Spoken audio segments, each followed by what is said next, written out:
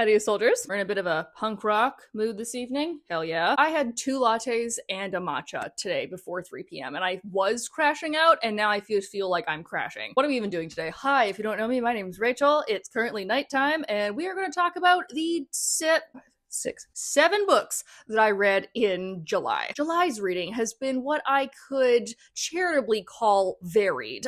Usually I have a bit of a theme per month, just for what I'm obsessed with that month, be it I want to read only dense fantasies or I want to read only cute, sappy rom-coms. And this month, like, I look at my stack and I'm like, what?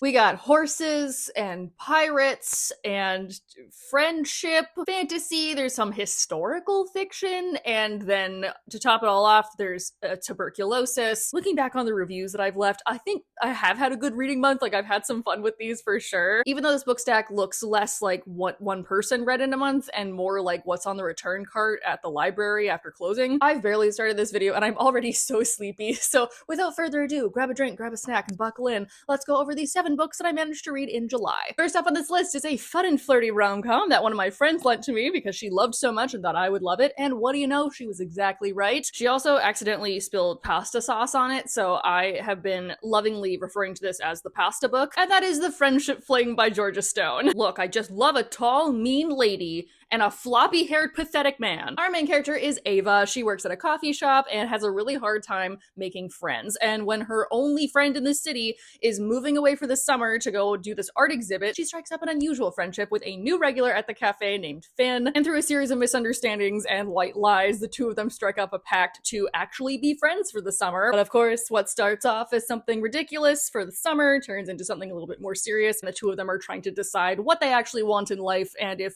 maybe both of them are worth the chance to stay. This is a very fun book. I laughed out loud multiple times. It has the most outrageous Black Cat X Golden Retriever energy I've ever read in a book. Ava is very dry and sarcastic, and I loved her voice, and like, yes girl, make fun of stand-up comedians, as is your right. And I really loved Finn. He is a voracious, high-energy extrovert who loves making friends and having new experiences. He loves dinosaurs. Plus, he's sexy to boot, like a man after my own heart. It has a lot of small, delightful things in it, like Ava's friend Josie's no-nonsense attitude, and like Finn's casual intimacy with his friends, and even the like silly chapter titles. It was fun and quirky without being like quirky, you know what I mean? But be warned though, this starts off as a fluffy friends to lovers rom-com and then slowly turns into a story on emotional vulnerability and the grief and fear that comes when things are happening to people that you love that you don't have control over. It's about opening up your heart and taking chances on people and being able to confront your own hurt. And I actually really like the third act breakup because it wasn't ridiculous or arbitrary. It was very realistic of them being mature about something and realizing that they don't have the time to do this right now and they need to figure themselves out before they can move forward as a good partner or like have a relationship that's not codependent. And I was like, oh my god. And it ended on a very sweet, hopeful, loving note. So yeah, overall, super sweet, super adorable, and like a little sexy. Just a little bit, you know, just for fun, just for spice and flavor. Speaking of romance novels, the other one I finished is a historical romance novel that is said to be a new superstar in the trans historical romance novels. And you know what? I think they're right. A Gentleman's Gentleman by TJ Alexander. Oh my god, what was that? Oh! Speaking of dinosaurs, it's a little Dimetrodon card. I got this when my partner and I went to a Nanaimo antique mall that actually used to come in a cereal box, but I saw him and he was so cute, so I bought him for like $2. Also, fun fact, Dimetrodons were not actually dinosaurs. They share more DNA with us than they do other dinosaurs. You're welcome. I was reading this on vacation and kind of forgot about that. I was also reading this on the beach and oh god, I hope that I got all the sand out. I do not want to vacuum again. Anyways, Penguin Random House sent me a copy of The Gentleman's Gentleman by TJ Alexander as part of their Pride Reads box, and I was very excited because I love TJ Alexander's other works, and this one definitely holds up. A very sweet Victorian romance where our main character, Lord Christopher Eden, is a man of unusual make, and because of a contract with his family, he needs to marry before he's 25 in order to inherit the estate. And even though he doesn't want to, he knows he has to go to London for the season to get a bride, and so he hires a footman to like help him out, and wouldn't you know it, the footman's hot. So the two of them strike up a fragile friendship and maybe something more, and then secrets are being revealed and we're rediscovering who we really are. It's funny without being overly quirky. It has a solid understory that really grounds it. From the very first page, I love Christopher. He's so funny because he really embodies the sorry I'm late, I didn't want to come. He's so shy and introverted and so sweet to his staff. And I especially love how much clothing means to him and how much clothing comes up over and over in this book. And like, changing identities and like being able to dress to fit into society versus how you want, etc. Whatever. Have you seen anybody in a nice waistcoat lately? Just Also some very fun scenes with some binder corsetry. And no surprise, I love Harding with all my heart and soul, because he's a tall, pathetic, gangly man, correct. But he also cares so deeply and he treats Chris so well. I didn't have to worry about anything in the story. It is very sweet. It is very joyful. There's no outing. There's no transphobia. It's all about finding a queer community, being able to be a man amongst other men and like male friendships. There was one very interesting sex scene that I did feel was like a little out of place at the very end, just because the rest of this book was so like sweet and chaste that it was suddenly like 0 to 100 real fast. And there were some side characters I felt like could have had a little bit more screen time, but other than that, like this is a beautiful, lovely little love story. And I mean, hey, what's gayer than tax fraud? And speaking of the Victorian era, what's something that you might catch in the Victorian era? Tuberculosis. Now that's what I call a segue. One of the 2 nonfiction audiobooks that I finished this month is one that I've been having shoved in my face for a long time, and finally I was like, you know what?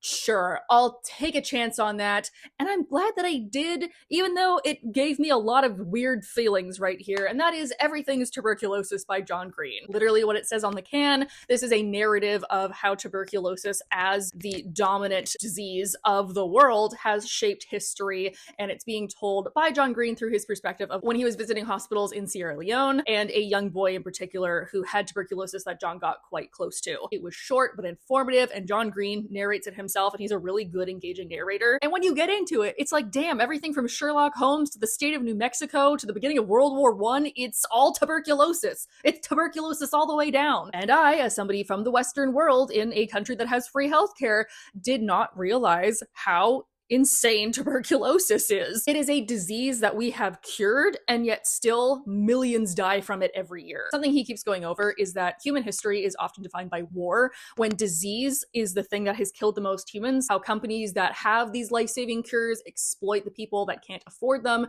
hence leading to more drug-resistant strains of TB that then need more and more medication that these people still can't afford. John talks a lot about how colonialism expedited the process. Big surprise, it's always colonialism. And how in the Victorian era, consumption became something that was beautiful and sought after because it was the only way that humans could deal with something this crushing, was to make it beautiful. You also hear the history of John and Henry, who when we meet him, he's a teenager, and his multi-year struggle with TB. How living in a community where TB is so rampant and yet so stigmatized affects him and affects his family. And all this tragedy and all this death and all of this care can be summed up with: why must we treat systematic shortcomings as issues of individual morality? Say it louder for the people in the back, John. Fantastic book. Very informative. Lots of feelings. Mostly, it's just fucking tragic on the DL. Structurally, I do think there were some chapters that ended in weird places. We could have maybe had some stronger endings there. And it was a little baby's first introduction to social inequities, but it wasn't too heavy-handed. Actually, while we're here, why don't we talk about the other audiobook that I read this month? And as somebody who is an internet person, you know, I had a lot of thoughts about it. I read and very much so enjoyed Algo Speak,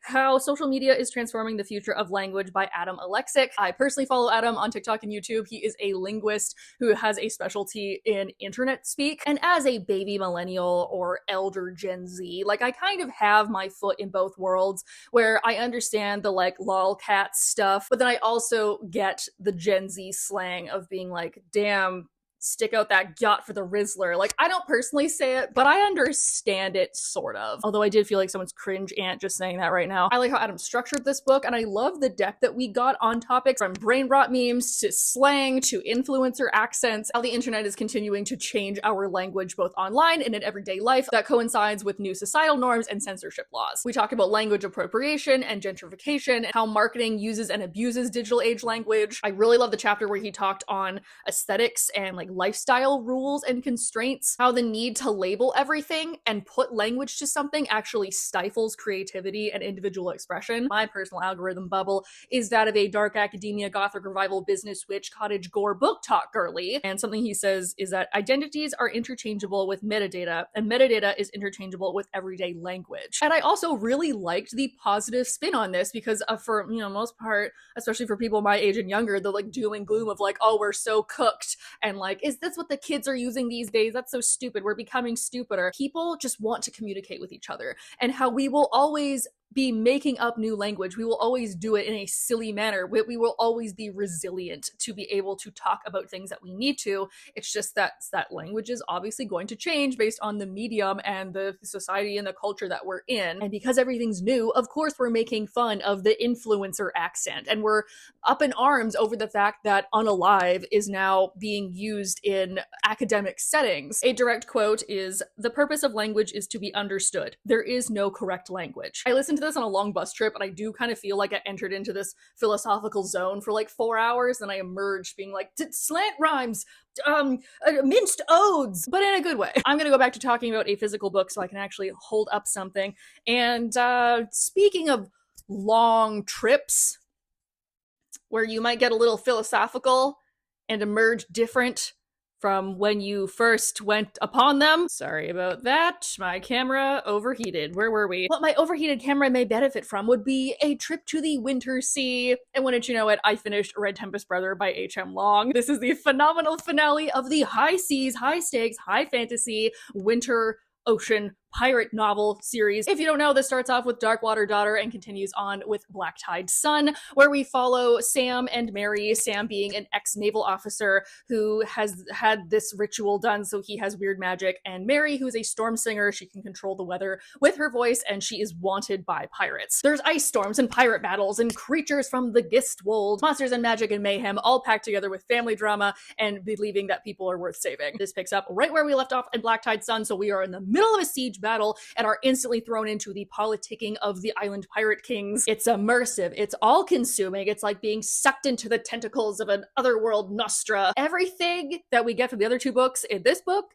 goes from bad to worse. Also, most of these people spend the entire book grievously injured. Something I found very funny is that Mary in this book is just constantly wet. She is kicking ass and confidently doing magic with Tane, but she's had it up to here with getting thrown in the ocean. And Ben is probably my favorite character. He's so fascinating. And like in this book especially, without getting too spoilery, like he's so close to being the person that people want him to be, but then he keeps falling back on this cruelty, and you're like, oh my god, like you want to smack him, but also you kind of want to root for him, but also like he's kind of evil. Needed a hug, stole a ship, burned down a port, royally fucked over my brother, and turned a crew against each other instead. My favorite scene in this was probably the final ice battle on the island of storm singers, and like the fate of the winter seas in the balance, and like, oh my god, I got shivers. It was so good. It was a very bittersweet and hopeful ending among tragedy, and it was kind of like battles are not won overnight, and there is always sacrifice in war. On the DL, I do kind of wish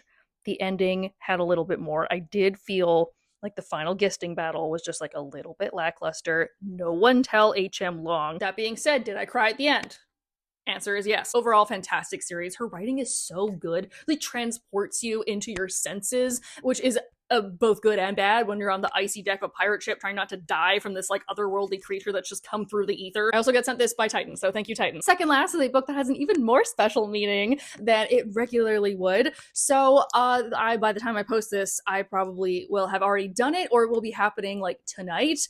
And that is, I am moderating the event for Sylvia Moreno Garcia in Vancouver as she talks about her new book, The Bewitching. And I am very excited about it because, oh my god, it's Sylvia Moreno Garcia. Penguin Random House hooked me up with an early copy of this, and so I have read it in preparation to ask her questions, and I have some thoughts about it that I thought I would also share with you. In the vein of classical Sylvia Moreno Garcia, this is a historical, multi-generational horror saga that follows three women as they all struggle with witchcraft and demons. We follow three different women in three different times. First of all, we're following Minerva, who is a graduate student at this prestigious college in 1990s, and she is studying the works of obscure female horror horror author named Beatrice Tremblay. And Beatrice is a woman who went to the same college and wrote her first and only book based on the disappearance of one of her friends. Then we skip back to 1934 and we do follow Beatrice, who is a student and we know is only going to meet a horrid end. And thirdly, we follow Alba, who's a teen girl in 1908 Mexico, who is Minerva's grandmother. We see her at a period where her father has just died and her family isn't sure if they're going to sell the farm when an uncle comes into town and starts kind of meddling with the family. And also maybe her brother is cursed by a witch. And in the course of assembling her thesis, Minerva pulls on both Beatrice's experiences and her grandmother's memories and starts putting the pieces together that the thing that haunted Beatrice and her grandmother may now also be haunting her. Now, this is a slow burn book. It did take me a little bit to like really get into it, but once we do, it's like, oh, just the way that she slowly reveals information. Like the atmosphere is so eerie and you're kind of like on edge the whole time. You're not quite sure. There's really distinct voices between all these three women, and yet they're also so tied together by their Mexican identity. Beatrice and Minerva are tied with both being a woman in academia and like the whitewashing of horror in particular. Plenty of themes of women writers not being taken seriously, particularly queer women authors, particularly women in the horror genre. And this, to me, very interesting struggle in all three timelines of like how old world superstition and folklore is pushing up against modernity. As a mostly fantasy reader, I felt it lacking a little bit in the magical department, but I have a couple of other friends who mostly just read thrillers or just read horror, and they really liked the slow creeping sense of dread that this gave them. I also noticed that a Diet Coke and black coffee come up a lot in this book, and I'm just, Sylvia, are you doing okay? For the final book, I need to keep this short. Maybe, I don't know. It's Face Grease Central. I'm very tired. I'm very sweaty. And I need to stop horsing around and get to the finale. And on that note, hey there, horse girls. Are you like me and love horses, but also grew up in fantasy novels? Me too. Do I ever have the book recommendation for you? That is how a now somewhat viral TikTok of mine starts. It has over 500,000 views. And the comments are hilarious. At the beginning of the month, I did a sponsored post with Tor Bramble that has catapulted me into a different niche of fame, but I'm kind of okay with it because I really loved Behood by M. Stevenson. Behood is a charming, enchanting, slow burn fantasy romance that centers two people getting married for political arrangements when an assassination attempt goes wrong and the prince ends up being turned into a horse. There is a horse in the hospital. My character Bianca is a chronically ill princess who knows that her duty for her kingdom is to marry, and so she gets sent overseas to marry the heir apparent of an opposing kingdom who her kingdom wants to do trade with, but then the wedding night goes disastrous. Now her husband's a horse, and the two of them are trying to figure out a way to break this curse, but also maybe there's a coup against both of their kingdoms. Also, maybe she's falling in love with him despite the fact that he does not have opposable thumbs. Don't worry, he turns back into a human at night, okay? Despite what everyone in the TikTok comments section may think, nothing freaky happens with the horse. Hey, don't kid yourself. I've seen many a photo of Spirit the Stallion on a Hear Me Out cake. I was not expecting to love this book as much as I did. It was fun, it was fast, it was easy to read, it was really funny and very heartfelt. I love that the classic dynamic of badass, sarcastic, sword-wielding assassin, ex soft, smart librarian is reversed. Like, Bianca always has a knife in her sleeve. She is willing to cut a bitch, and Arik would rather spend the coronation in the library behind a book. And Arik is really great. We're kind of primed to see him as this cruel, arrogant guy, but then we realize he's actually just really shy and awkward. He doesn't like talking to people, and he's a little bit insecure, and he's like willing to admit his faults and work with somebody to find a solution to something, and like, what a king. Fantastic chronic illness rep. She constantly talks about having flare-ups and needing tonics and pushing through pain and having other people expect you to do your best and better while still dealing with the side effects of being in pain all the time. It has everything a good book needs. There's some chase scenes, a prison break, some explosions, magical shenanigans, and horse puns abound. I was cackling out loud to myself reading some of these scenes. Like, the classic fantasy tropes are so much better when one of them is a horse. Also, this woman told this man, "Get on your knees," and he said, "Yes, ma'am." Oh! My main complaint with this book is that it got very heavy-handed with its themes in the second half, and this is a very happily ever after ending. It was a little too convenient, in my personal opinion. So to sum this up, take care of your blood and don't get horsified. And that is that on that. Please leave down below your thoughts and opinions on these books. Have you also read them? Do you want to read them? Have I scared you away? Have I made you a horse girl? As you can see, no like rhyme or reason or theme for this month. Just like a lot of weird stuff. That is the curse of being a mood reader. it was kind of like an odds and ends TBR type of month. I feel like I'm hitting my goals that I made at the beginning of the year. Like I'm reading a lot of sequels and I'm reading a lot of new to me authors, and I'm not buying as many books because really the only books that I bought this month were my 2 audiobooks and I used credits on them. And yet somehow every time I look back, it's like 4 more books have just spontaneously appeared on my TBR pile. And I'm like, how is this happening? I'm also 14 books behind on my Goodreads goal. And at this point, I might just say fuck it and live in anarchy and like read whatever I want, however much I want for the rest of the year. I am so sleepy. Oh, I don't love what time it is. All right, we're just gonna go. You know where I clicked like the video. You know where I clicked to subscribe. I hope you guys are all having a nice day or night wherever you are, and I will see you all next week. Bye!